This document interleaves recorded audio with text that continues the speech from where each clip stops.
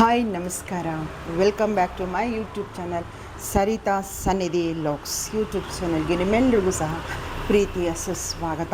ನಾನು ಬೆಳಗ್ಗೆನೇ ನನ್ನ ಬ್ಲಾಗ್ ವಿಡಿಯೋನ ಶುರು ಮಾಡ್ಕೊಂಡಿದ್ದೀನಿ. ಇವತ್ತು ಟೈಟಲ್ಲು ತಮ್ನೇಲಿ ನೋಡಿದ್ದೀರಿ, ನಿಮ್ಗೆ ಗೊತ್ತಾಗಿರುತ್ತೆ ನಾನು ಏನು ಹಾಕಿದ್ದೀನಿ ಅಂತ ಹೇಳಿ. ನೋಡಿ, ಯಾರು ಇಲ್ಲದವರಿಗೆ ಭಗವಂತನ ರಕ್ಷಣೆ ಇರುತ್ತೆ ಅಲ್ವಾ? ನಂಬ್ತಿರಲ್ವ ಅದನ್ನು? ಇವತ್ತು ಬೆಳಗ್ಗೆನೇ ವಿಡಿಯೋ ಶುರು ಮಾಡಬೇಕು, ನನ್ನ ಡೈಲಿ ಬ್ಲಾಗ್ ತೋರಿಸ್ಬೇಕು ಇವೆಲ್ಲ ಅಂದ್ಕೊಂಡಿದ್ದೆ. ಮನಸ್ಸು ಬೇರೆ ಥರ ಆಯಿತು, ಅದನ್ನು ನಿಮ್ಮ ಮುಂದೆ ತೊಗೊಂಬಂದಿದ್ದೀನಿ. ನೀವು ಅಂದ್ಕೊಳ್ತೀರಿ, ನೀವು ಹೇಳಬಹುದು ಕೆಲವು ಬಾರಿ, ಅಕ್ಕ ಇಂಥದಕ್ಕೆಲ್ಲ ತಲೆ ಕೆಡಿಸ್ಕೋಬೇಡಿ, ಇಗ್ನೋರ್ ಮಾಡಿ, ರಾಯರೇ ನಿಮ್ಮ ಜೊತೆ ಇದ್ದಾರೆ, ಯಾಕಕ್ಕ ಅಂತ ನೀವು ಹೇಳ್ತೀರಿ. ಆ ಧೈರ್ಯದಿಂದಲೇ ನಾನು ಬದುಕ್ತಾ ಇರುವಂಥದ್ದು. ನಿಜ ಹೇಳ್ತೀನಿ ಅಂದರೆ ರಾಯರಿದ್ದಾರೆ, ನಾನು ನಂಬಿರುವಂಥ ಅಮ್ಮನವರು ನನ್ನ ಜೊತೆ ಇದ್ದಾರೆ. ಹಿಂಗಿದ್ದಾಗ ಜೊತೆಗೆ ನಮ್ಮ ಮನೆಯ ದೇವರ ಒಂದು ಅನುಗ್ರಹನೂ ಕೂಡ ನಮ್ಮ ಮೇಲಿದೆ. ನಾನು ಪ್ರತಿನಿತ್ಯ ಪೂಜೆ ಮಾಡಿದಾಗ ಇತ್ತೀಚಿನ ದಿನಗಳಲ್ಲಿ ನಮ್ಮ ಮನೆಯವರು ಹೋದ ಮೇಲೆ ಮನೆ ದೇವ್ರ ಫೋಟೋಯಿಂದ ನನಗೆ ಹೂವು ಪ್ರಸಾದ ಹಾಗೇ ಆಗ್ತಾಯಿದೆ. ನನ್ನ ಕರುಳಿಂದ ಆ ಅಳುವಿನ ಮೂಲಕ ಅವರನ್ನು ಪ್ರಾರ್ಥನೆ ಮಾಡಿದಾಗ ನಾನಿದ್ದೀನಿ ಅಂತ ಹೇಳಿ ನಮ್ಮ ಮನೆಯ ದೇವರು, ನನ್ನ ಕುಲ ದೇವರು ನನಗೆ ಒಂದು ಅನುಗ್ರಹ ಮಾಡ್ತಾ ಇದ್ದಾರೆ. ಆ ದಿನಕ್ಕೋಸ್ಕರ ಕಾಯ್ತಾ ಇದ್ದೀನಿ ಅಲ್ವಾ? ಹಿಂಗಿದ್ದಾಗ ಯಾರು ಅಗಲಿಕೆಯ ನೋವು ಎಷ್ಟು ಅಂತ ನಮಗೆ ಅನುಭವಿಸ್ತಾ ಇದ್ದೀವಿ. ಇಂಥ ಸಂದರ್ಭದಲ್ಲಿ ದೇವ್ರ ಮುಂದೆ, ಭಗವಂತನ ಮುಂದೆ ಕಣ್ಣೀರು ಹಾಕ್ಸಿದಾರೋ ಅಂಥವ್ರನ್ನ ನಿಮ್ಮ ಜೀವನದಲ್ಲಿ ಇನ್ನೊಂದು ಬಾರಿನೂ ಸಹ ಎಂಟ್ರಿ ಮಾಡಿಸ್ಕೋಬೇಡಿ. ಇದು ಸತ್ಯ. ಇಗ್ನೋರ್ ಮಾಡಬೇಕು ಅಂತ ಹೇಳ್ತೀರಲ್ವ? ಇಂಥ ಸಂದರ್ಭ ಹೇಗಿರುತ್ತೋ ಅಂಥ ಟೈಮಲ್ಲಿ ಅವ್ರುಗಳಿಂದ ಭಗವಂತನ ಮುಂದೆ ಕಣ್ಣೀರು ಹಾಕೋ ಥರ ಮಾಡ್ತಾರೆ ನೋಡಿ. ಅವ್ರು ಯಾವತ್ತೂ ನಮ್ಮ ಜೀವನದಲ್ಲಿ ಇನ್ನೂ ಪ್ರವೇಶ ಮಾಡ್ದಂಗೆ ನಾವು ನೋಡ್ಕೋಬೇಕಷ್ಟೆ. ಇದು ನಾನು ಹೇಳ್ತಾ ಇದ್ದೀನಿ. ಅಕ್ಕ ನೊಂದ್ಕೋಬೇಡಿ, ಕಣ್ಣೀರು ಹಾಕಬೇಡಿ, ಇವೆಲ್ಲ ಎಲ್ಲೋ ಇದ್ದೀರಿ ನೀವುಗಳು. ನಿಮ್ಮ ಪ್ರೀತಿಗೆ ನಾನು ಬೆಲೆ ಕಟ್ಟೋಕ್ಕೆ ಆಗಲ್ಲ. ಏನನ್ನು ಮಾತಾಡೋಕ್ಕೆ ನಾನು ಬಂದಿದ್ದೀನಿ ಅಂತ ಹೇಳಿ ನೋಡಿ. ಬೆಳಗ್ಗೆ 9:40 ನಾನು ತಿಂಡಿ ರೆಡಿ ಮಾಡೋಕ್ಕೆಲ್ಲ ಮಾಡಿದ್ದೀನಿ. ಈ ವಿಡಿಯೋ ನಾನು ಮಾಡಲೇಬೇಕು, ಅಪ್ಲೋಡ್ ಮಾಡಲೇಬೇಕು ಅಂತ ಹೇಳಿ ಬಂದಿದ್ದೀನಿ.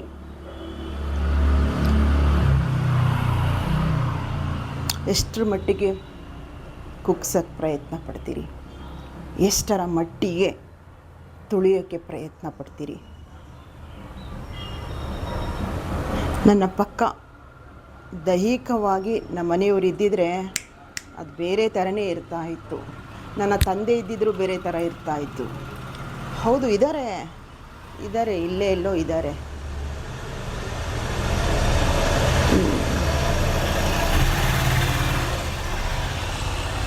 ಸಣ್ಣ ಮನಸ್ಥಿತಿ ಇದ್ದವರು ನಿಜವಾಗ್ಲೂ ಅವ್ರು ಯಾವ ರಕ್ತ ಸಂಬಂಧಿಗಳಾದರೂ ಬೇಡ, ಅಷ್ಟು ನೋವು ಕೊಟ್ಟಿದ್ದಾರೆ, ಅಷ್ಟು ಮನಸ್ಸಿಗೆ ಬೇಜಾರು ಮಾಡಿದ್ದಾರೆ. ಒಬ್ಬ ತಾಯಿಗೆ ಎಲ್ಲ ಮಕ್ಕಳು ಮಕ್ಕಳೇ, ಒಬ್ಬ ತಾಯಿಗೆ ಎಲ್ಲ ಮೊಮ್ಮಕ್ಕಳು ಮಕ್ಕಳೇ. ಹಿಂಗಿದ್ದಾಗ ಕಟ್ಟಾಕೊಂಡಿದ್ದೀರಿ ನೀವು.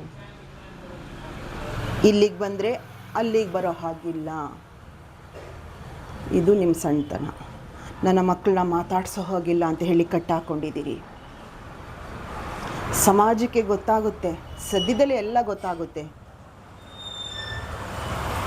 ಮಕ್ಕಳು ಅಂದರೆ ಎಲ್ಲರೂ ಒಂದೇ ಅಲ್ವಾ? ಆದರೆ ನಿಮ್ಮ ಮನಸ್ಥಿತಿ ಬೇರೆ ಥರನೇ ಇದೆ.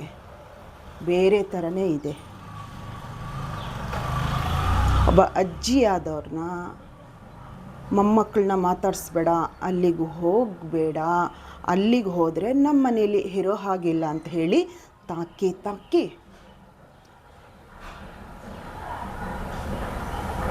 ಬ್ಲ್ಯಾಕ್ ಮೇಲ್ ಮಾಡಿಕೊಂಡು ಇರಿಸ್ಕೊಂಡಿರುವಂಥದ್ದನ್ನು ಭಗವಂತನ ಮುಂದೆ ಮರೆಮಾಚೋಕ್ಕಾಗುತ್ತಾ? ಸಮಾಜದ ಮುಂದೆ ಮರೆಮಾಚೋಕ್ಕಾಗುತ್ತಾ? ಇರಲಿ, ಎಲ್ಲನೂ ಎದುರಿಸ್ತೀನಿ.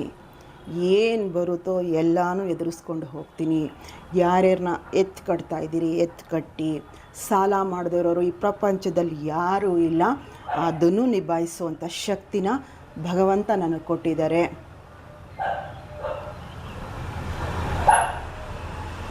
ನನ್ನ ಕಣ್ಣಲ್ಲಿ ನೀರು ಹಾಕ್ಸಿದಿರಿ. ಭಗವಂತನ ಮುಂದೆ ಎಲ್ಲನೂ ಒಪ್ಸಿದ್ದೀನಿ, ಎಲ್ಲನೂ ಒಪ್ಸಿದ್ದೀನಿ. ಆಯಿತಾ?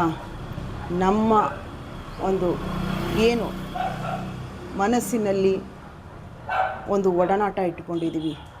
ನನ್ನ ಗಂಡ ನನ್ನ ಜೊತೆ ಇದ್ದಾರೆ, ಈ ಕ್ಷಣಕ್ಕೂ ಇದ್ದಾರೆ.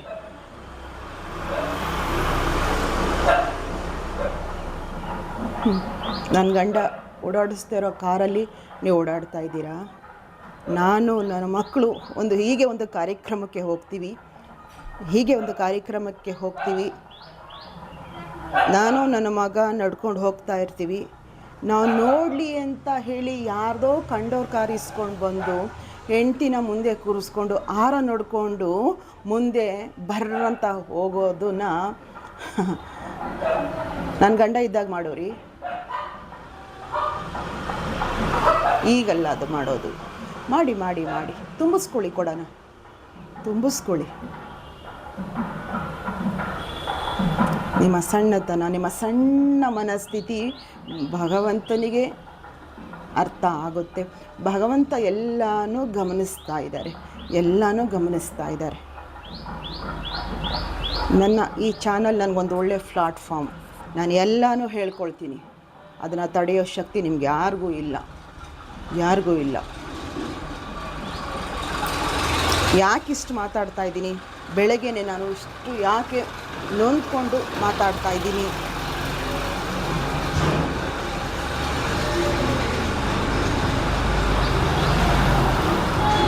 ನೆನ್ನೆ ಒಂದು ವಿಡಿಯೋ ಹಾಕಿದ್ದೆ, ನೀವೆಲ್ಲರೂ ಸಹ ನೋಡಿದ್ದೀರಿ. ನಮ್ಮನೆಯವರ ಆತ್ಮದೊಂದಿಗೆ ಮತ್ತೊಮ್ಮೆ ಒಂದು ಕನೆಕ್ಟ್ ಮಾಡಿಕೊಳ್ಳುವಂಥ ಅವಕಾಶ ನನಗೆ ಸಿಕ್ಕಿದೆ.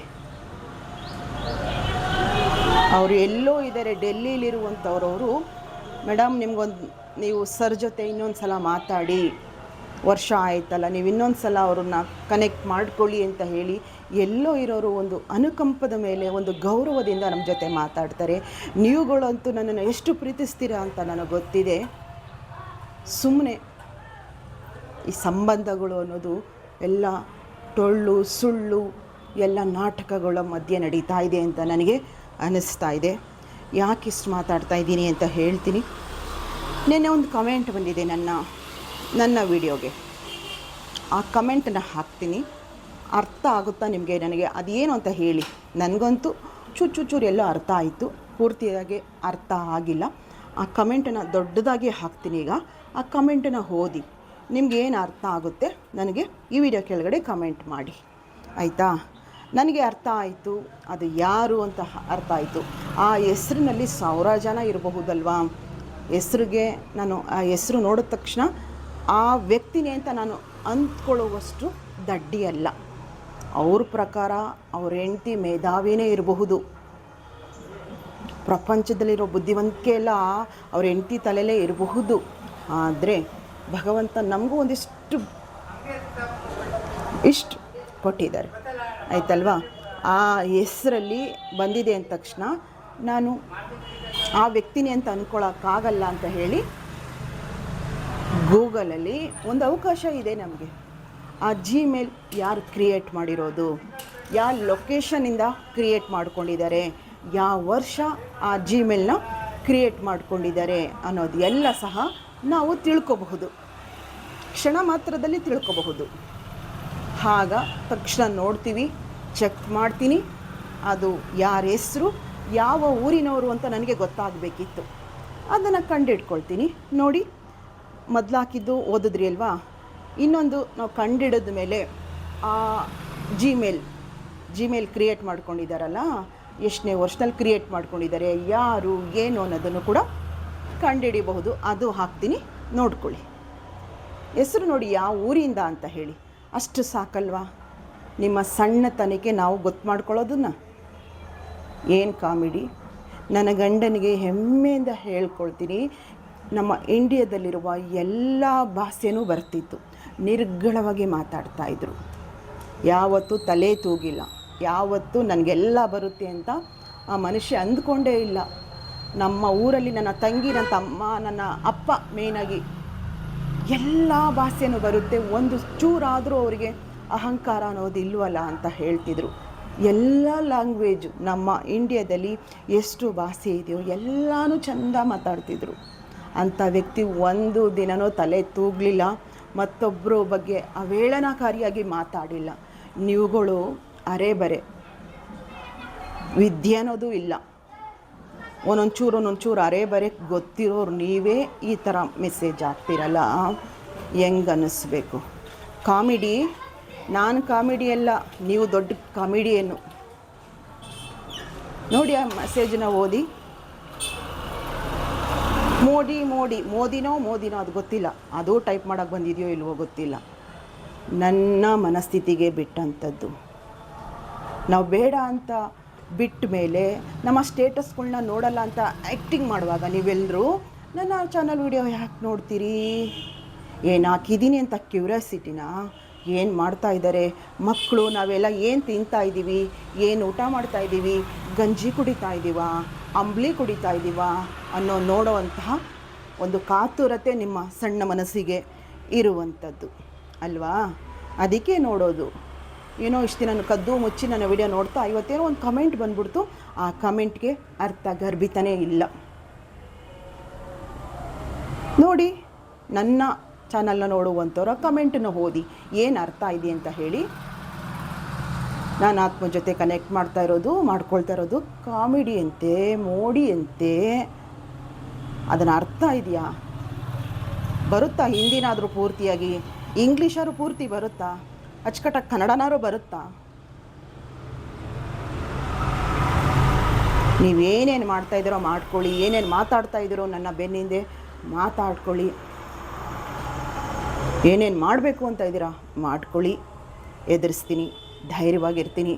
ಅಮ್ಮನವರ ಶಕ್ತಿ ನನಗಿದೆ, ನನ್ನ ರಾಯರ ಶಕ್ತಿ ನನಗಿದೆ, ನನ್ನ ಮೈಲಾರಲಿಂಗೇಶ್ವರನ ಅನುಗ್ರಹ ನನ್ನ ಮೇಲಿದೆ.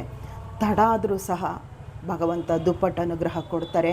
ನಿಮ್ಮ ಮುಂದೆ ಬದುಕಿ ತೋರಿಸ್ತೀವಿ. ಇದಂತೂ ಸತ್ಯ. ಒಂದಂತೂ ನೀವು ಆಡ್ತಾರೋ ಆಟಗಳನ್ನ ನನ್ನ ಗಂಡನ ಆತ್ಮ ಚಡಪಡಾಯಿಸ್ತಾ ಇರುತ್ತೆ. ನಾನು ಇದ್ದಾಗ ಮಳ್ಳರಂಗಿದ್ದವರು ಈಗೆಲ್ಲ ಚಿಗುರುಕೊಂಡಿರೋದನ್ನು ನೋಡ್ತಾರೆ. ಹೆಂಡತಿ ಮಕ್ಕಳು ಅಂದರೆ ಪ್ರಾಣ ಬಿಡ್ತಾಯಿದ್ರು ನನ್ನ ಗಂಡ. ನನ್ನ ಮಕ್ಕಳು ಅಂದರೆ ನನ್ನ ಗಂಡನಿಗೆ ಎಷ್ಟು ಇಷ್ಟ, ನಾನು ಅಂದರೆ ಎಷ್ಟು ಅವ್ರಿಗೆ ಗೌರವ ಪ್ರೀತಿ ಇತ್ತು, ನಮಗೆ ಮಾತ್ರ ಗೊತ್ತು. 20 ವರ್ಷ ಬೆಂಗಳೂರಲ್ಲಿ ಬದುಕು ಬಂದಾಗ ನನ್ನ ಗಂಡ ನಮ್ಮನ್ನು ಯಾವ ಮಟ್ಟಿಗೆ ಪ್ರೀತಿಸ್ತಾಯಿದ್ರು, ಯಾವ ಮಟ್ಟಿಗೆ ನಮ್ಮನ್ನು ನೋಡಿಕೊಂಡ್ರು, ಅದು ನಮಗೆ ಗೊತ್ತು. ನಿಮ್ಮ ಹತ್ರ ನೀವುಗಳು ಈಗ ಆಡ್ತಾ ಇರ್ಬೋದು ಆಟಗಳನ್ನ, ಆಡ್ಕೊಳ್ಳಿ. ಭಗವಂತ ಇದ್ದಾರೆ, ಆ ಭಗವಂತ ಎಲ್ಲರೂ ಗಮನಿಸ್ತಾರೆ. ಒಳ್ಳೆ ಆತ್ಮ ಯಾರ್ದು, ಒಳಗೊಂದು ಹೊರಗೊಂದು ಯಾರಿಗಿದೆ ಎಲ್ಲನೂ ಗಮನಿಸ್ತಾರೆ. ಆ ಪ್ರತಿಫಲನ ಈ ಜನ್ಮ ಅಲ್ಲ, ಪ್ರತಿ ಜನ್ಮದಲ್ಲೂ ಅದನ್ನ ಕ್ಯಾರಿ ಮಾಡ್ತೀರಾ, ಅನುಭವಿಸಿ. ಇಷ್ಟನ್ನು ಹೇಳ್ತೀನಿ. ಮಾಡಿ ಕಮೆಂಟ್ಗಳನ್ನ ಕಂಡುಹಿಡಿಯೋಂಥ.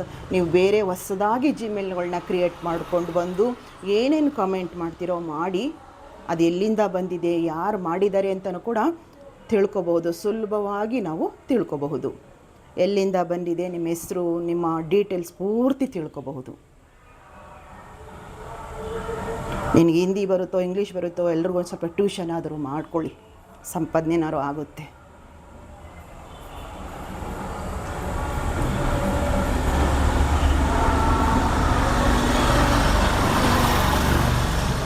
ಸ್ನೇಹಿತರೆ, ನೋಡಿದ್ರಿ, ಸಾಕ್ಷಿ ಸಮೇತವಾಗಿ ನಿಮ್ಮ ಮುಂದೆ ಇಟ್ಟಿದ್ದೀನಿ. ನಿಮ್ಮ ಒಂದು ನಿರ್ಧಾರಗಳು, ನಿಮ್ಮ ಒಂದು ಕಮೆಂಟ್ಗಳು ಈ ವಿಡಿಯೋ ಕೆಳಗಡೆ ಬರಲಿ. ಎಷ್ಟೆಲ್ಲ ನನ್ನನ್ನು ತುಳಿಯೋಕ್ಕೆ ಪ್ರಯತ್ನ ಪಡ್ತಿದ್ದಾರೋ ಅವ್ರು ಯಾವತ್ತೂ ಕೂಡ ಇವೆಷ್ಟೇ ತುಳಿಯೋಕ್ಕೆ ಬಂದರೂ ನಾನು ಚಿಗುರ್ತೀನಿ, ಬೆಳಿತೀನಿ. ಧರ್ಮ ಗೆಲ್ಲೇಬೇಕು. ನಿಮ್ದೆಷ್ಟೈತೆ ಅಷ್ಟು ನೋಡಿಕೊಂಡು ನಿಮ್ಮ ಬದುಕನ್ನು ನೋಡ್ಕೊಳ್ಳಿ. ನಮ್ಮ ಬಗ್ಗೆ ತಲೆ ಕೆಡಿಸ್ಕೋಬೇಡ್ರಿ, ನನ್ನ ಮಕ್ಕಳ ಬಗ್ಗೆ ತಲೆ ಕೆಡಿಸ್ಕೊಳ್ಳುವಂಥದ್ದೇನೂ ಬೇಡ.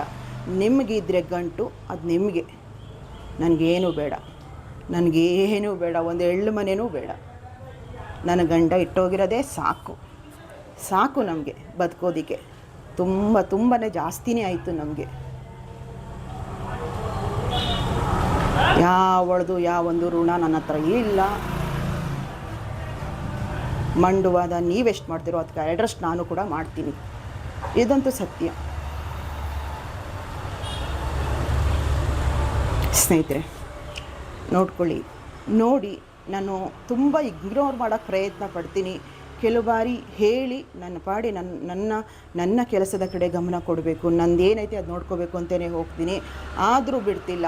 ಯಾರೋ ಜನಗಳ ಬಾಯಿಂದ ಬರುತ್ತೆ, ಹೀಗೆ ಕಮೆಂಟ್ ಮೂಲಕ ಬರ್ತಾ ಇದೆ. ನಾನು ಸುಮ್ಮನೆ ಇರೋಕ್ಕಾಗಲ್ಲ.